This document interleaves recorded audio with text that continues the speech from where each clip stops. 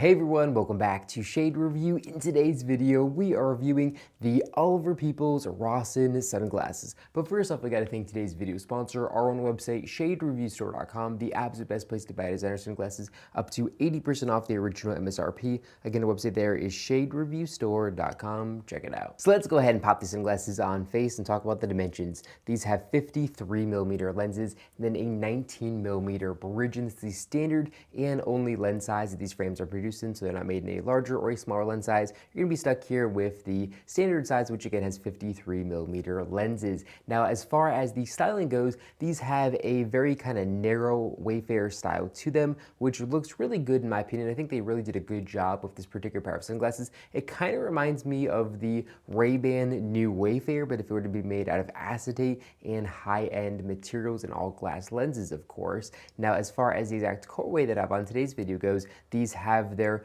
362 colorway as far as the frames go. So it's basically like a beautiful tortoise color, but for whatever reason, Oliver Peoples calls it 362. And honestly, I don't even know why they call it that. Let me know in the comment section down below if you know why. I'm sure it has to do with the original, heritage of the brand.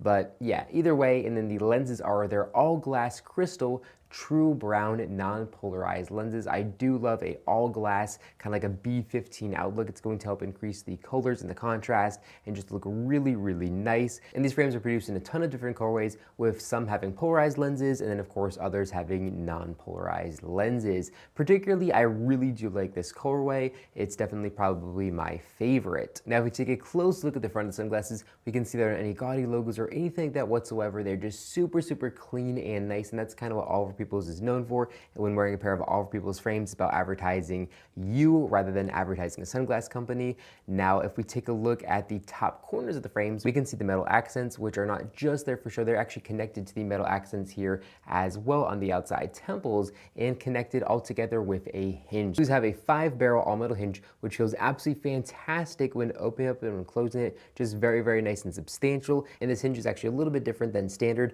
It's going to come to a point there, and it definitely looks a little bit more classy than a traditional Oliver Peoples hinge, but again, nothing too crazy. Now, these frames do have a metal stem, which has some beautiful impressing into the metal there, and it's going to run all the way down the temples. It's going to allow an optician to heat up the frames and give them a custom fit to the face. But right out of the box, these actually fit my face pretty nicely. However, they definitely could be a lot flatter, but again, it would not take much for me to adjust these and make them absolutely perfect. Now, if we take a look at the inner right temple of frames, we can see it says Oliver Peoples LA vintage glass, handcrafted in Italy. And then here in the inside left ear rest of the frame, we can see a color code and model information there. Now, moving out to the outside left ear rest of the frame, we can see an embedded Oliver Peoples logo, which is also there for authentication purposes. Now, as far as the coverage from the sun goes, these frames are not going to offer the best coverage from the sun, obviously because of the lens style here. So here up top, we can see a massive gap to let sunlight in unprotected. And here on the side, again, a massive gap that does let sunlight in unprotected. So overall, not extremely practical, but they do have a very nice and premium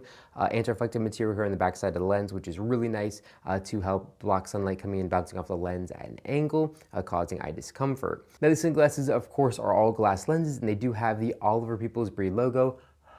So if we breathe on the lens there, we can see the logo there, the geometric logo on the lens. Now, as far as weight goes, these are definitely going to be pretty heavy, even though they do look, on the smaller side. They're going to come in at 44 grams. So if you wear these frames all day long, you're definitely gonna feel some discomfort here around the nose and here around the ears as well. 44 grams is definitely kind of on that heavier side. I think an original pair of Ray-Ban Wayfarers is like 47 grams, so they're gonna be a little bit more lightweight than those. But when you're using materials like acetate and metal stems and then all glass lenses, there's just no way to make a pair of frames lightweight with those materials. So a lot of people, including myself, think it is worth the trade-off for using high-end and very premium quality materials with the relatively heavy weight. I much prefer an acetate pair frame versus like a nylon, which would be much more lightweight. And again, polycarbonate lenses for all glass lenses. I choose all glass lenses almost every single time. Now, probably the biggest downside here is the price. These are going to come in at $514 with non-polarized lenses,